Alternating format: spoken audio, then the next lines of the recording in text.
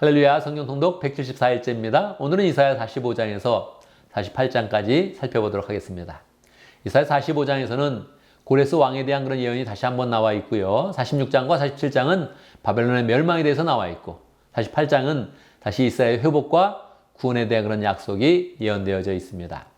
45장, 나 주가 기름 부어 세운 고레스에게 말한다.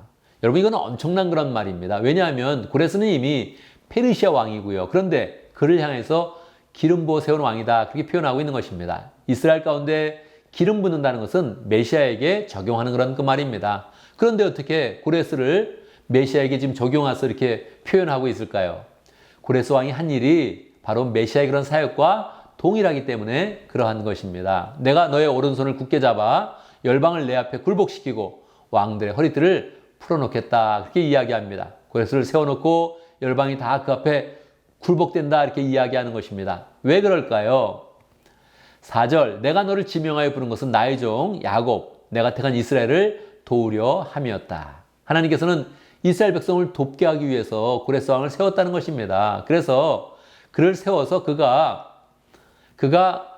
나의 도성을 재건하고 포로된 나의 백성을 대가도 없이 보상도 받지 않고 놓아줄 것이다, 그렇게 예언하는 것입니다.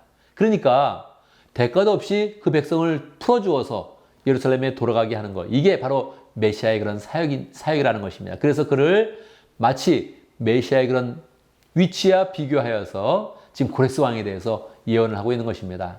당신은 바벨론의 그런 바벨론 포로의 그런 그 상황이니까 지금 이 고레스 왕에 대해서 이야기하는 것은 굉장히 미래를 지금 예언하고 있는 것입니다. 그런데 하나님은 명확하게 이렇게 미래의 일들을 이렇게 예언하면서 이스라엘에게 소망을 주고 있는 것입니다.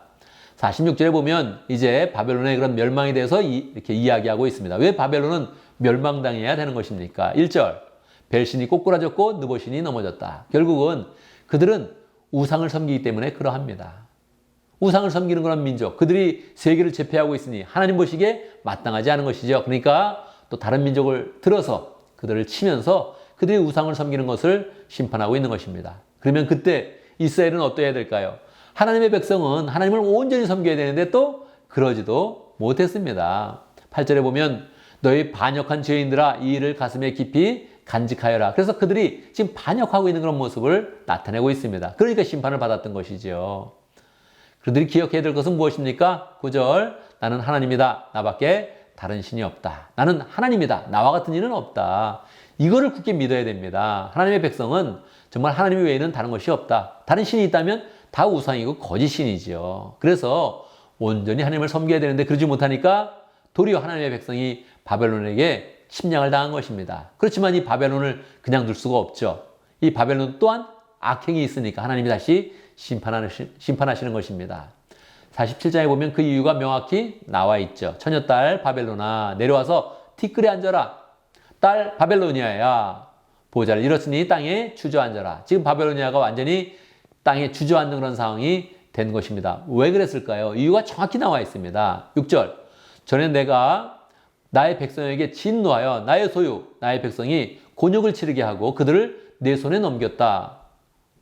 이 이스라엘 백성이 악한 일을 하고 하나님을 온전히 섬기지 못하니까 바벨론에게 손을 넘긴 거예요. 그러면 바벨론과 치고 그들은 겸손해야 되는데 그렇지 못한 거죠. 어떻게 했다고요? 그런데 내가 나의 백성을 가엽게 여기지 아니하고 노인들에게도 무서운 명예를 메웠다. 그러니까 말이 안 되는 거죠. 바벨론은 쓰임을 받는 것인데 도리어 교만하고 하나님의 백성을 막 잔인하게 치고 노인들에게도 무거운 명예를 메운 것입니다. 그러니 하나님께서 이제 말씀하십니다. 11절, 불행이 너에게 닥쳐와도 너의 점술이 그것을 막지 못할 것이며 너에게 재난이 닥쳐도 내가 거기서 벗어나지 못할 것이다. 그들은 계속 무엇을 의지합니까? 우상을 의지하고 점수를 의지하는데 하나님의 그런 진노를 피할 수 없죠. 그들은 하나님의 그런 심판을 받아서 멸망의 길로 가게 되는 것입니다. 자, 이제 하나님의 백성을 향한 하나님의 그런 구원이 선포되고 있습니다. 그렇지만 이스라엘은 아직도 온전하게 하나님을 섬기지 못하고 있습니다. 그러니까 그 구원이 일방적으로 선포될 수는 없는 것이죠. 그럼 어떤 구원이 선포될까요? 8절, 나는 알고 있었다. 내가 성실하지 못할 것임을 알고 있었다. 내가 모태에서부터 반역자라고 불려 마땅할 자로 태어날 것을 알고 있었다. 하나님은 이스라엘 죄악을 알고 계신 것입니다. 그들이 불순종하며 하나님 앞에 죄를 짓는 그런 모습을 다 예상을 한 것입니다. 그러면 어떻게 해야 되는 것입니까? 하나님이 예상했고 역시 그들이 죄를 짓고 있으면 어떻게 해야 되는 것입니까? 9절. 내 이름 때문에 내가 분노를 참고 내 영예 때문에 내가 자제하며 너를 파멸하지 않겠다. 그렇게 이야기하는 것입니다. 하나님의 그 구원은 하나님 스스로에게 있는 것입니다. 하나님의 약속과 하나님의 이름과 하나님의 이스라엘 백성을 백성 삼았던 그 하나님의 은혜 가운데서 구원이 되는 것이지 이스라엘이 온전히 마음이 회복돼서 구원되지 않는다는 것입니다. 이것은 우리에게 큰 은혜가 되는 것이죠. 우리도 그러합니다. 우리의 공로로 구원받는 것이 아니라 우리는 다 죄인이었는데 예수님의 공로로 구원을 받게 되는 것이죠. 동일한 건 구원의 은혜가 이스라엘과 우리에게 적용이 되고 있는 것입니다.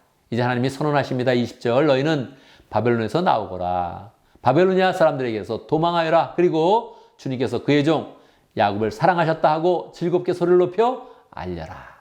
그렇습니다. 그들은 이제 바벨론에 압제해 있었는데 하나님께서 그들을 사랑하여서 다시 포로에서 돌아오게 하신 것입니다. 그 은혜를 널리 알려라 이렇게 이야기하는 것입니다. 우리도 예수님으로부터 구원을 받았는데 이 구원의 은혜를 널리 알리면서 하나님을 높이고 하나님을 명예롭고 만들고 우리 또한 하나님의 은혜 가운데서 복된 하나님의 백성이 되어야겠습니다. 감사합니다.